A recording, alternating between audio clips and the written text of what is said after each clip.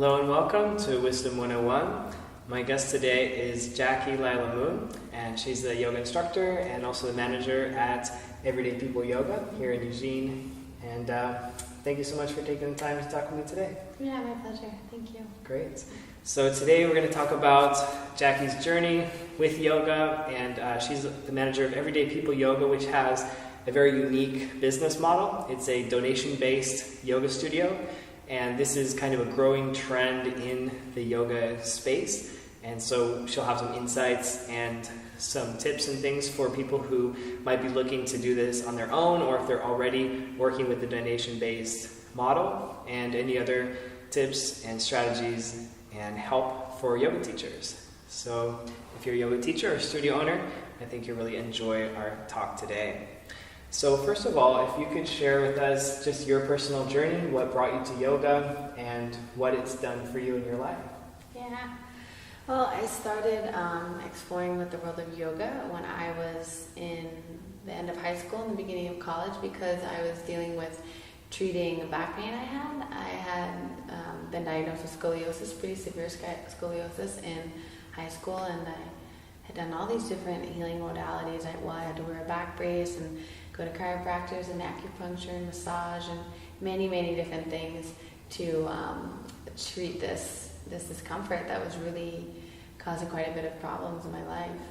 And then finally one day, one of the practitioners I was working with suggested that I try yoga, and I was immediately drawn to it based on what I had heard.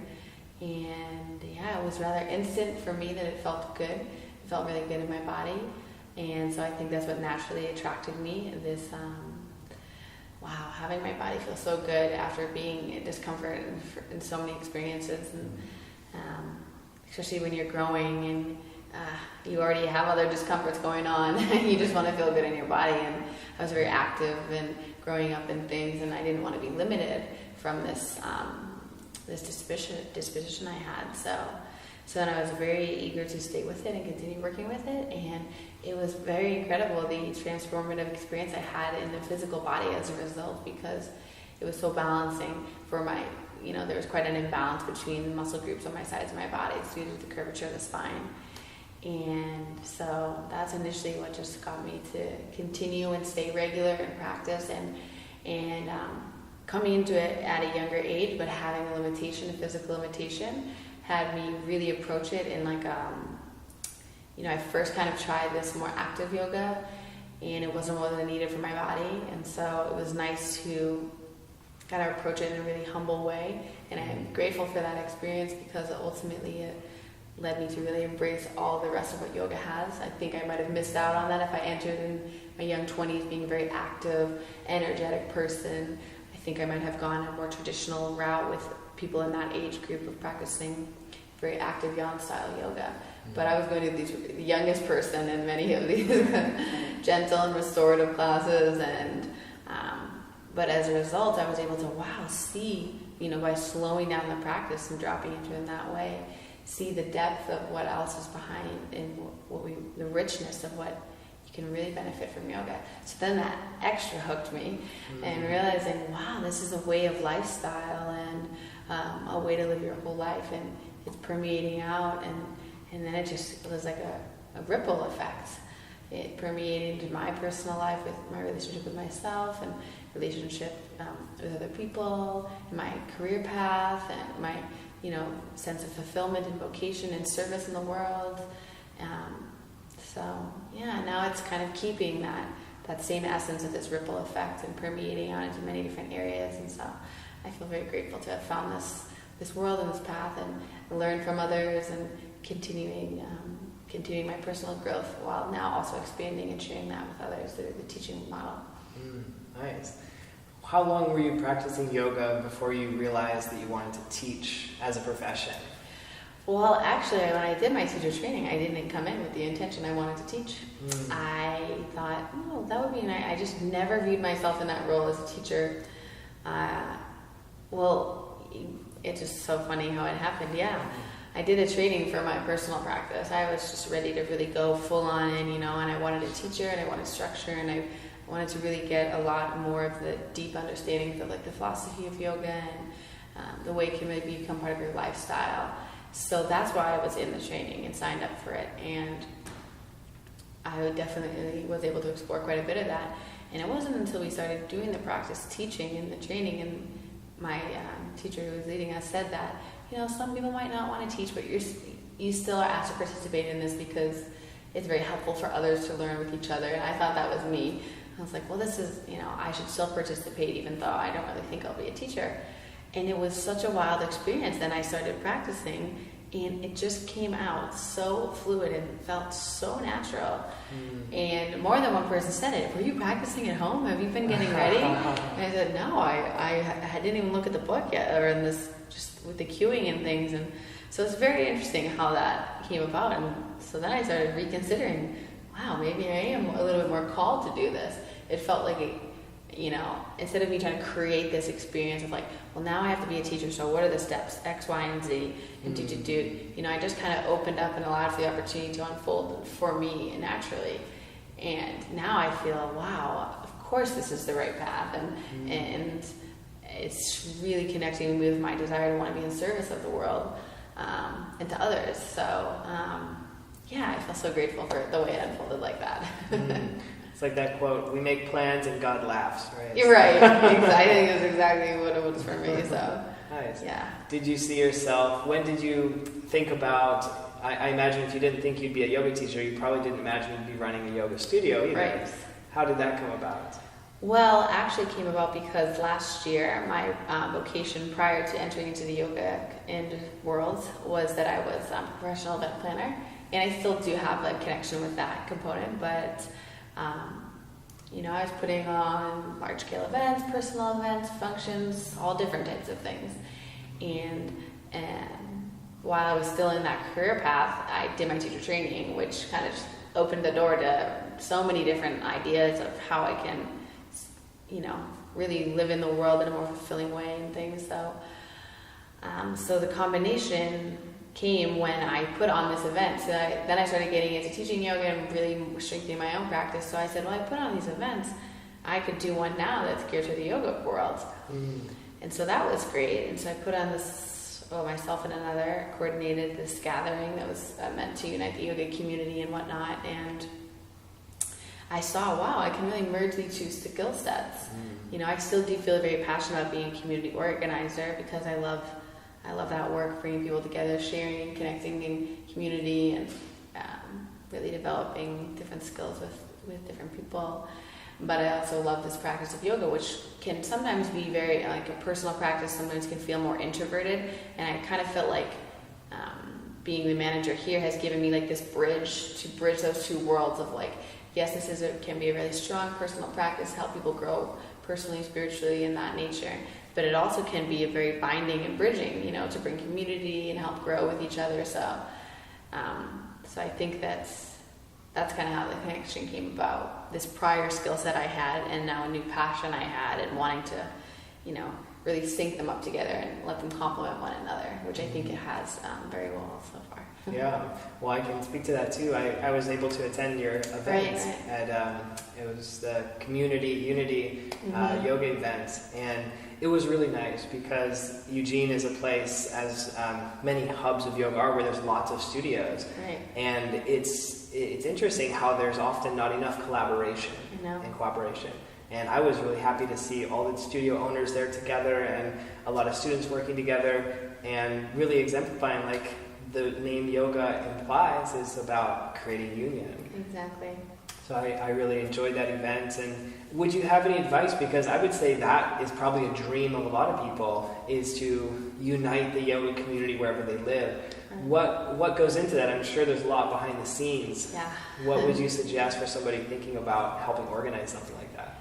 Well, initially, I think the proposal around how you present it is very important.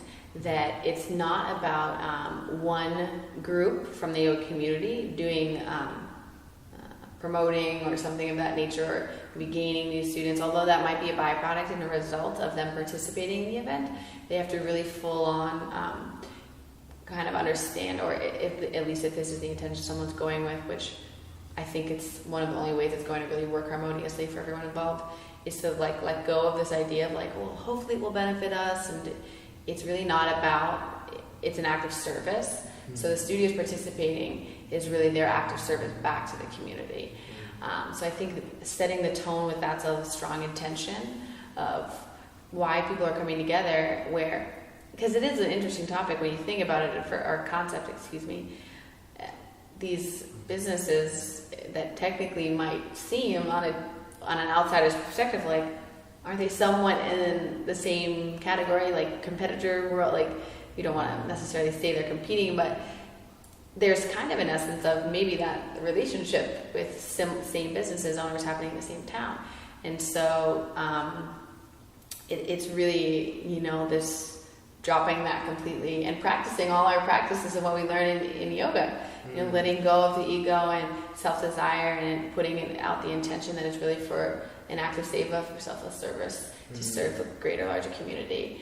And so I think that would be a key component to set the tone. Or if there's a different intention, just letting the people know who want to be involved, this is what the intention is. Because when you get a lot of different people who want to give inputs and suggestions, that's great. They have a lot of positive energy around it and they're excited. But it can easily start to turn into, 5 different things trying to come to one. So getting a clear vision, honoring the intention, setting the goals around it, and I would likely think putting on a yoga event is rooted in some good intentions and goals with it.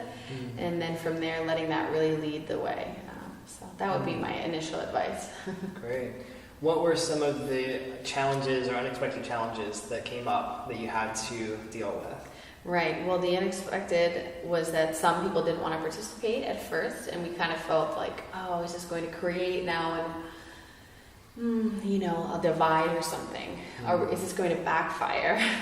We want to unite the yoga community, but some, certain groups just didn't have the space. It was simply that, they didn't have the availability to attend meetings or whatnot. And so, because there was quite a bit of commitment with the first year developing this event, because the vision and the goal is for it to grow quite a bit. We have such a large community here and in the Oregon and Northwest in general that we're hoping to bring this more into a regional gathering that extends over a weekend long, and hopefully we'll be outside and things of this nature. So, but the first year, setting the foundation, a lot of work needed to go in, and participation from those who were helping set the tone and the vision. Because myself and the other planner, we were in that role of coordinating, but we didn't want to be the only two, directing the vision and the goal, because we wanted to be of the essence of community and really invite in the leaders in this yoga community to let their goals and visions and whatever they wanted to see come into life. So as a result, there was many challenges with long meetings, lots of input, really having to crystallize this vision and how can it work, and different opinions and thoughts, how can we kind of narrow them down and get on the same path here. And so that was definitely a challenge in a sense, but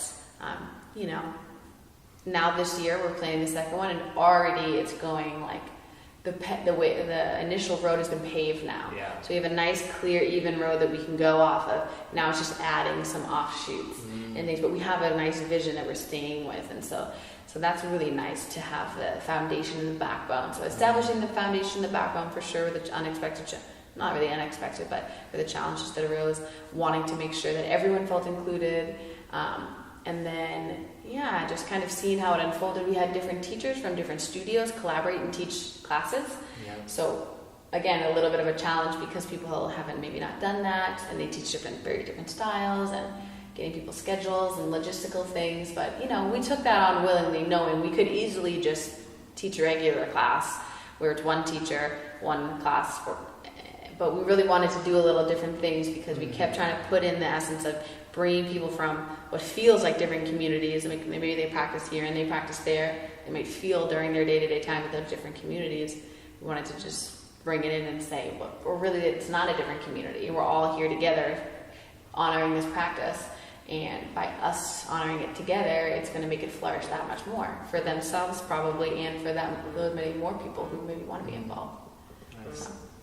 Yeah, and I noticed you also had food vendors there, and so was that helpful to offset the cost of the event? I'm sure you had to rent the place and there was expenses, right. So you had to generate, I think, some money through ticket sales, but also through a vendor area, which was a win-win, of course, having Coconut Bliss there and kombucha, and that was just a great draw for people. Was that something that, do you think that's a critical element, is to have food or other vendors involved too? Well, actually, last year I still am amazed at how we pulled it off with literally next to no of a budget, next to none for the budget. We just got really creative and hoped for the best and really put the good intention that things would work out. So the vendors didn't have to pay a fee or anything of this nature. Wow, nice. So it's kind of just, the first year was really just wanting to be accessible for everybody.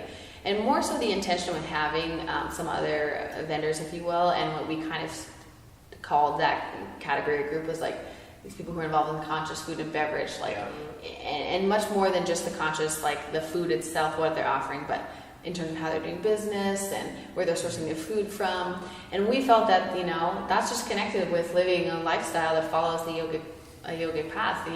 You're much more conscious and aware of all things you're doing and your impact to others. And so that was more the intention, was to show again people how, of course, we think yoga mat is we're on our mats and we're doing our asana practice. It's a very limited view of what yoga is. And so by incorporating these other elements and these other offerings that might not initially say, well, how is that really connected with yoga? That was kind of the intention. And again, to bring more community together, we thought, well, by opening up the opportunity for other groups to become involved, maybe they'll let their folks know, you come to our shop, we're participating in this yoga celebration, maybe you want to come and check it out. And somebody who's wanted to learn about yoga and didn't know, and I want to go to that studio, but I don't really know much, or I'm shy, I don't know anyone. Great, well, this is now like the entry, like welcome and come and learn and ask questions, and it's a really good open environment in that sense. So that was the other factor of having them there. So, yeah. Nice. I thought it was so nice too, just to have that face-to-face connection, because it's interesting. Like, I talk to people all the time. I'll say I'm a yoga teacher, and people will say, "Oh, I can't do yoga. I'm too stiff, or I'm too blah blah whatever." And people forget about, that's the best. I can't do yoga because I'm too flexible. I always want to say, well, it's like saying I'm too hungry, I can't eat food. Right. Yeah. It's like, you can do it. Yeah. Doesn't make sense. But I think it's really what people forget is that there's a relationship, and that you're a student and teacher, you're working with another person who's really invested in your well-being, who has experience of values that they can share with you as well, ways that you can improve your body, your mind, your energy. And I think just meeting face to face, and that was so cool, because often we have that image. We see yoga and we see just spandex and pretzel poses, and it looks intimidating. And people meet somebody and they say, "Oh, I can do this." Yes. I think that relationship was so helpful to bring people and meet this studio owner or meet this instructor and say, "Yeah, I think that's a good fit for me." Exactly. That was a big intention, breaking down the limited beliefs or the barriers, if you will, that prohibit people from practicing. So the intention was to connect the current yoga community, but also really open it up to those who are wanting to explore and maybe don't have, they don't know the right way, or they don't feel confident, or whatever it is, and kind of like shedding these belief systems that we've kind of adopted a little bit here in the Western culture around what the practice of yoga is. And so, I think that was really nice to see some of that development happening at that event, and then after as well, it kind of continued on. So that was nice. Yeah. And it's interesting too, like the idea, like you said, that there's a feeling of competition, and I understand that, and I can see how that can happen. But if you look at another way of looking at it too, like often car dealerships will actually all choose to locate in the same area, or outlet malls and stuff like that. And there's actually a realization in some of these markets that if you actually all get together, you draw more people, and people will find the right fit for them. And I think that takes some maturity as well in the yoga community to understand that, okay, this person might come to my class, but I might not be the right teacher for them. Or my style might not be ideal for what they need right now. And being okay with that and wanting the best for that student. And saying, oh yeah, you might be better over here, or you might be better over there. Exactly. And I think with that mentality, I think everybody wins. Yes. Because each teacher is unique, and nobody is exactly the same as the other. And so there really is no competition in that sense, because there's only one of each person. Exactly. And that's, one very unique thing about Everyday People Yoga is the business model. And I'd love for you to talk more about how you do things differently. Yeah, so the studio here is run by donations. So essentially when people come in, they're greeted by the teacher and they kind of give them an overview of how the studio works. There's some written descriptions as well when you come in or on the website. So if you don't get a chance to check in with the teacher, you can still find that information somewhere. And essentially, it's kind of like a self-serve honor system. It's really, we never are going to turn someone away if they, we do have a suggestion of what we think is a fair exchange based on, reasonable logistics, things that it costs to have a space and things of that nature. So, but ultimately, no one's ever turned away if they're not able to, if they can't make that exchange that we're suggesting, they're still welcome and honored to practice here. And ultimately, the belief behind it is to, again, there's several different thoughts around it, but mostly making yoga accessible to more people. The more people that can practice, the more people that are going to shed it out in their personal lives, maybe in their relationships, and maybe, who knows, to kids, to children, hopefully, to other people who might not have known about it if they didn't have. So, yes, it's making it accessible for people to come to the studio, but then it's also making it more accessible for people to be sharing it beyond this space.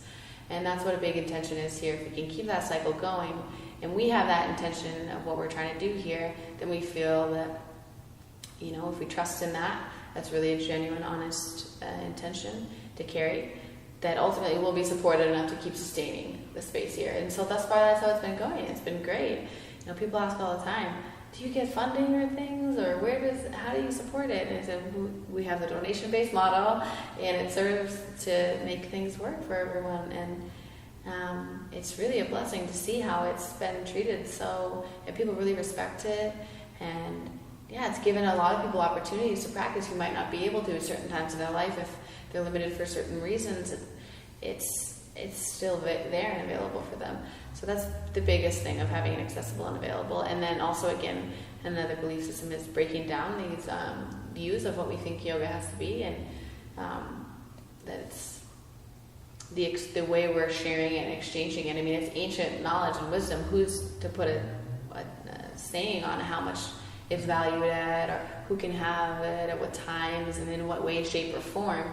So really more so being like the share of this wisdom is really an intention of wanting it to just go to as many people who want to hear it. And I think the space is also largely built on the practices of karma yoga, and that being that us who are participating here are genuinely knowing that this is an act of service to ourselves and service to others. And as a result, by really practicing and honoring that path of yoga, we'll be supported right back from it. So you really do get to see that full circle. Having that trust and that faith in it and putting your real intention and honesty into it, it comes back very much full circle. So it's an extremely rewarding place to be a part of. And I really feel all the time, every time I come in here, I'm so lucky that I just fell upon this place, and that there's other places that are also working with this model. It's been really encouraging and beautiful to see the support around the more accessible yoga.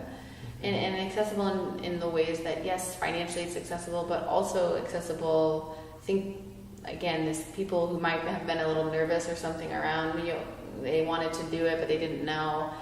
Maybe they could afford all the yoga in the world. It's not that which was not accessible for them, but this. So it's hitting on the accessibility in many different layers. Right. Yeah. How long has Everyday People Yoga been in business? Yeah, it's been open for a little bit over 4 years now.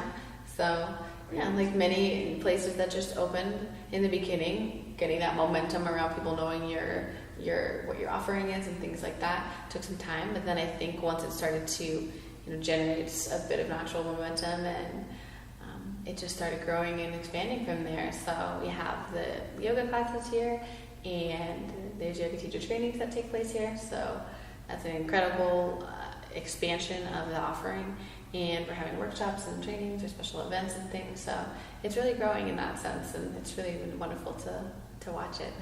Yeah.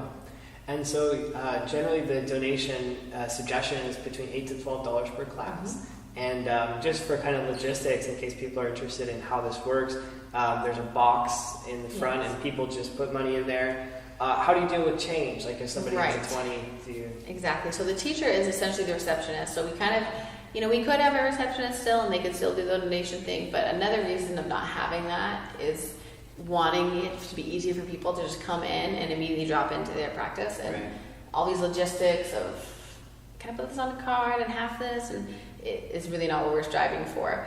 People can still pay, and we do offer class passes because many people were asking, they want to keep coming, they want to donate every time. But it's just not always accessible to have cash or check on them because that's all we do at the studio here. So then we created this option. If you want to get a class pass, you can purchase one on the internet through our website. Perfect. So that's great. Then they'll come in and just show us their verification of that. And the teacher will write them a simple class pass. So then there's two options actually. When you come in, you either are a class pass holder and you find yours in the class pass and you give it a punch and you drop it in the donation box. Or if you're just doing drop-in type of style, and some people do that every time even though they come repetitively, it just works well for them. Then exactly, there's a box in the back and they drop their donation in whatever form that's coming in into the box. And again, it eliminates this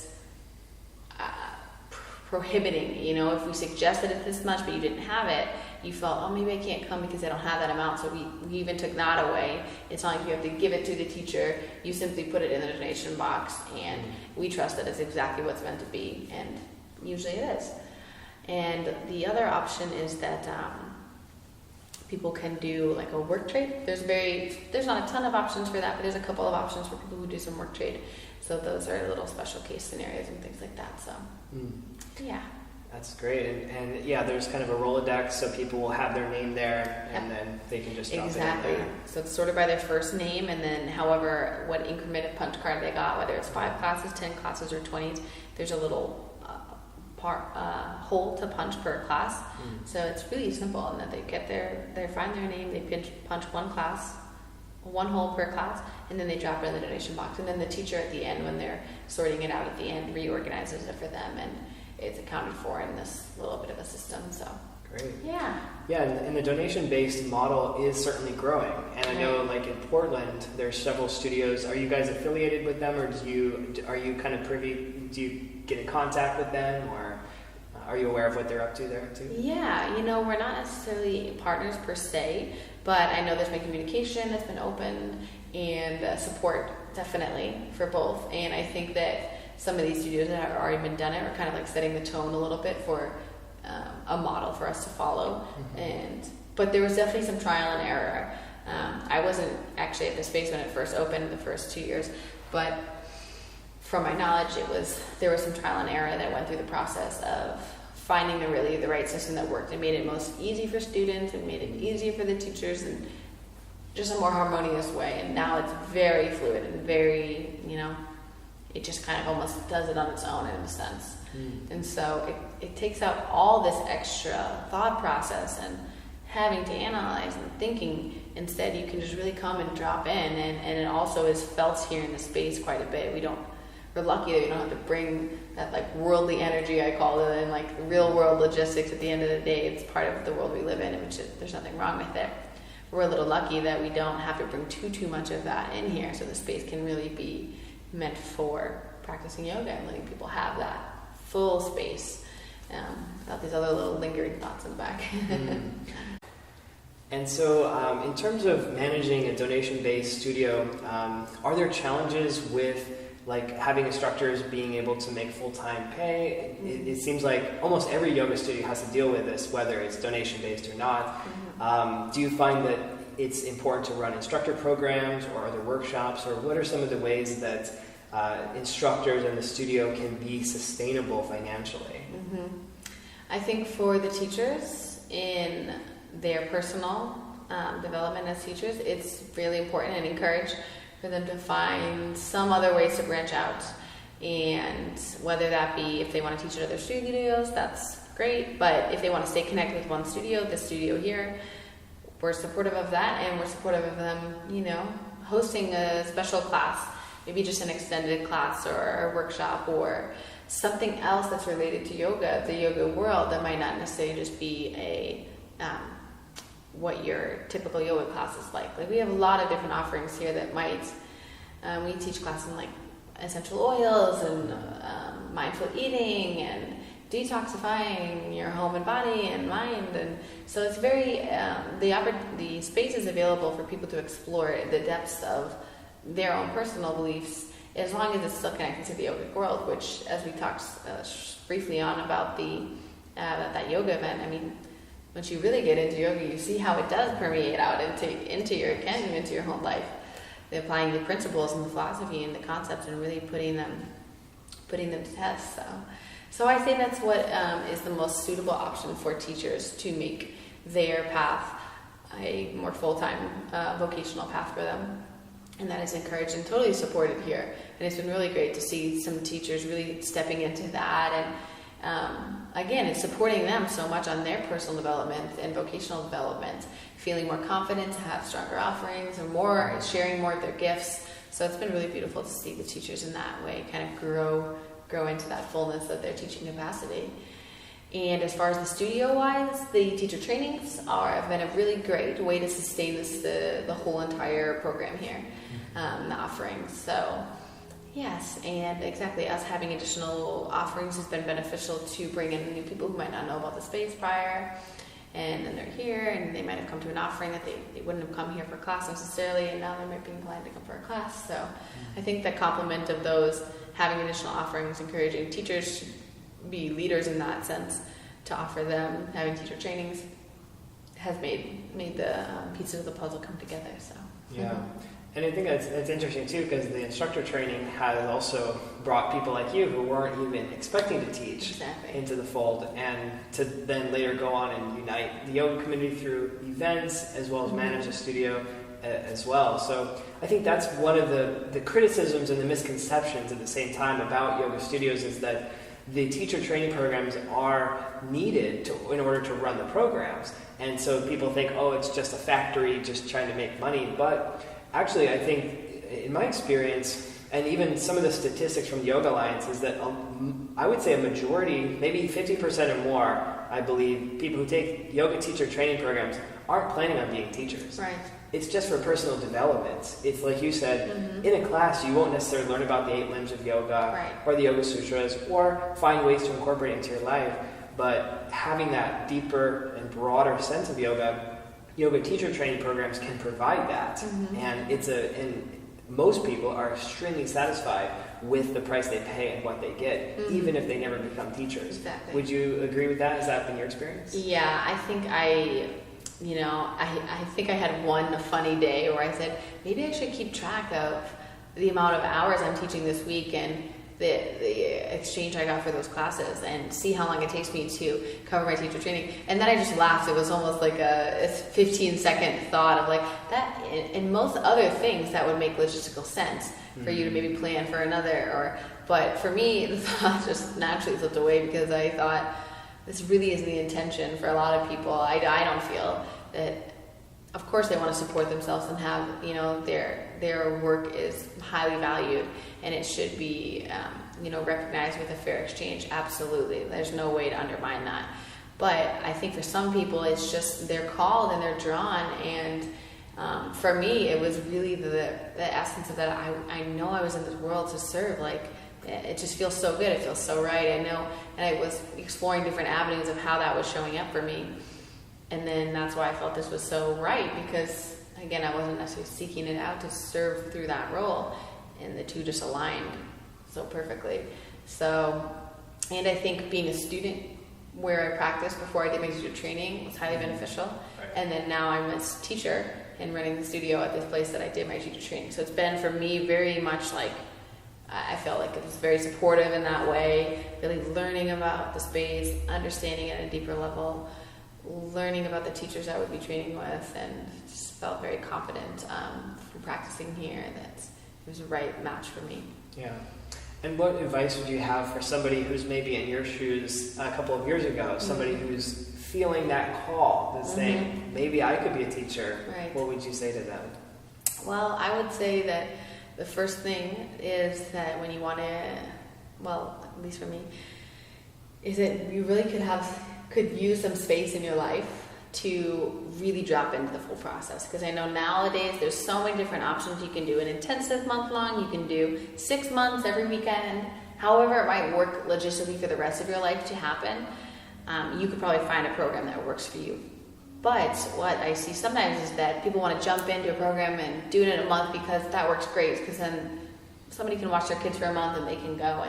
But if they don't actually create the space within themselves to be there for it and to really show up authentically and be ready for all that you can receive from a type of program like this, then they're probably going to miss out, number one, and they're probably not going to feel fully prepared after the training. I feel like I meet some teachers or people who speak on that I just did this during a training and I feel like I still not even close to being at the spot where I'd want to teach.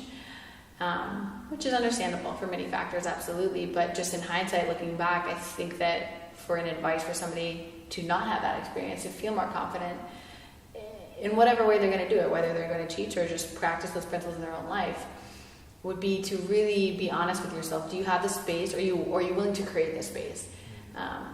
Not just in your time schedule, I'm saying like in your emotional body, in your mental capacity, and are you ready to take on some things because you really open the opportunity to see yourself in a different light. And I mean, it's really expanding your consciousness, and there's a lot that comes with it.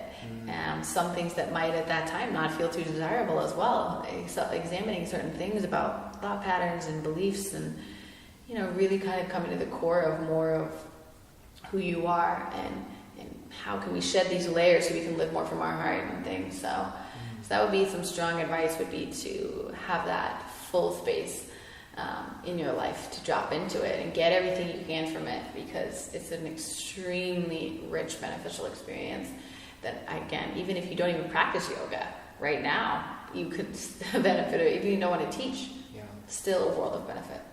And I can see also, and I've talked to a lot of people, I've seen, doctors, and I've seen lawyers, I've seen, stay-at-home moms, I've seen people of all different walks of life take yoga teacher trainings, and they say that these skills apply. Yes. Just standing in front of other people and teaching and sharing, the self-work that goes into opening up your body and your mind, learning about ethical principles. All these things can make somebody a better doctor, lawyer, or husband or wife as well. And so I think people forget that. They think, I don't want to go to the YMCA and be a yoga teacher. Right. But there's so much that you can gain through a yoga teacher training program, even if you have no desire to teach, or maybe you just want to teach your friends and family or enrich your own self-practice. Yes. But I would agree, I think if somebody is looking to become a full-time teacher, it certainly requires more than 200 hours, and that's just kind of like a starting point and somewhat of a parameter or guideline to say, okay, here's what you need to know, and then you can practice that for a long time. Exactly. Yeah. And what would you say to somebody who is stepping into the role as a yoga studio manager, or thinking that they'd like to open a studio? What are the most important things to consider, or what advice would you give yourself a couple of years ago when you first started that? Yeah.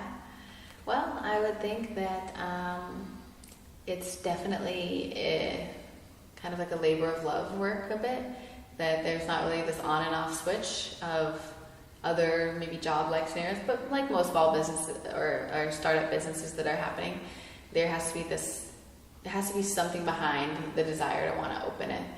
Of course, it might be stability for you and your family financially. That could be a great thing, but there really need, if you don't have that other intention of why you're really wanting to do it, I can see easily getting burned out or losing the momentum around it, because it's quite a bit of extra love that goes into this type of work. Everything's so intentional. There's a lot more like little things to be considered than in other businesses. I mean, other places you might just say, just put that sign out, friends. Sure, it'll say this something and people will get the memo. And I don't think I've seen that in most yoga spaces, at least. There's just really this extra essence of like care and mindfulness. And how can you create everything about the space to be an experience for people that they're getting the most full they could get? Are they relaxed fully when they're here? Are they comfortable? Do they feel supported? So getting that into all the different little nooks and crannies of your business is a different component that you take on than opening maybe your average, restaurant, or maybe not restaurant, but some other form of a business that might not have that much nurturing and care to come with it. So having that understanding that it's definitely more of a laboring with love type of and just morals would be good. And yeah, to really set the tone of what you'd like to offer, because like we talked on this earlier, now there's so much in the yoga world and it's so incredible. I am so happy to see how much it's grown. There's so many different styles and paths and ways people can find what works for them. But you having a pretty clear offering on what it is you're liking to deliver, I think overall in the long term that's successful for your space. So you can identify this is kind of what their general offering is here. This is the general vibe that I get when I go there. And I think that kind of creates a little bit of consistency around your offering. And I think we've definitely cultivated that here. People ask a lot, can we do these other things here? And, that could be great and really beneficial, but, we're kind of staying in, this is our focus, and we'd like to just honor and cater and nurture to that focus a little bit more. So, yeah, I think that's not everyone's approach necessarily. So, and accepting that there might be some stages of trial and error, having to really find your groove, be a bit patient with it, especially in an area where there's already a lot of other yoga happening. It might be easy to just say that works because those people are doing it, but not necessarily. So, right. And yeah, I agree. I think finding, like you said, what you love to do, what you're good at, finding your authentic voice as a teacher and a studio, I think is essential. Absolutely. I liked what you said about, you didn't say some things require extra work, they require extra love. Yes. I really like that mentality, and I can see that really comes through, because it's if we think about, I've got all these things to do, it's going to take all this work, it feels hard. But if you think of it in the way, like you said, this is going to take a little extra love. Yes. I like that a lot. It's kind of like you flex that muscle, and this work then can be an exercise of love to strengthen our ability to put love into the things we do. I really like that approach. Yeah, that's definitely one of the core essences of what's being practiced and taught here, is that if you view everything in life like that, things that once seemed strenuous, or you had to exactly put in this effort, or kind of, I gotta fight my way through this today, I'm feeling really hard to get through there. I mean, it's all about shifting your perception around how you engage with that experience. If you take in this essence of joy, that this is service, and by serving others is the ultimate service back to yourself, and you can really take this approach and attitude into all things. Like sometimes people refer back to this common example of this principle, is like doing the dishes. All of a sudden your whole experience, first it was, this is such a pain, I don't want to do this. At the end of the night I just want to go to bed. Versus, wow, look at this is I'm almost in this nice meditation here with it. I'm feeling the warm water on my hands. I'm thinking about all the nurturing that went into this meal and how I took in that good nurturing energy with it. And it just shifting your whole perception, really changes the relationship with whatever it is you're engaging in. And again, you started on maybe your yoga mat with yourself, and then you see, you're driving in traffic and you hate the traffic so much, it's so annoying. And then, a year later, whatever, however much, a month later, look at this traffic. It gives me this chance to just breathe. Now I can sit here and have a quick little, relax, maybe a little quick meditation in the car. So it's really like that's taking that really and owning it. It's powerful work. So. Yeah. Well, I appreciate the work that you're doing, and thank you so much for offering your gifts to the community, for following your own inner guidance. I think that's so important, and bringing yourself and your authenticity into what you do has helped and benefited so many other people. So, thank you. Thank you so much. Yeah. Well, we're thankful to have you as well as part of this wonderful yoga community here. Oh, likewise. Well, thank you so much for taking your time, and our interview today, again, with Jackie Lila Moon. She's the manager at Everyday People Yoga, and there'll be a website and information you can check out on the notes. If you have questions or comments, something you'd like to add to the discussion, then please send us a message and we'll get back to you. Thank you so much. Yeah. Namaste. Namaste.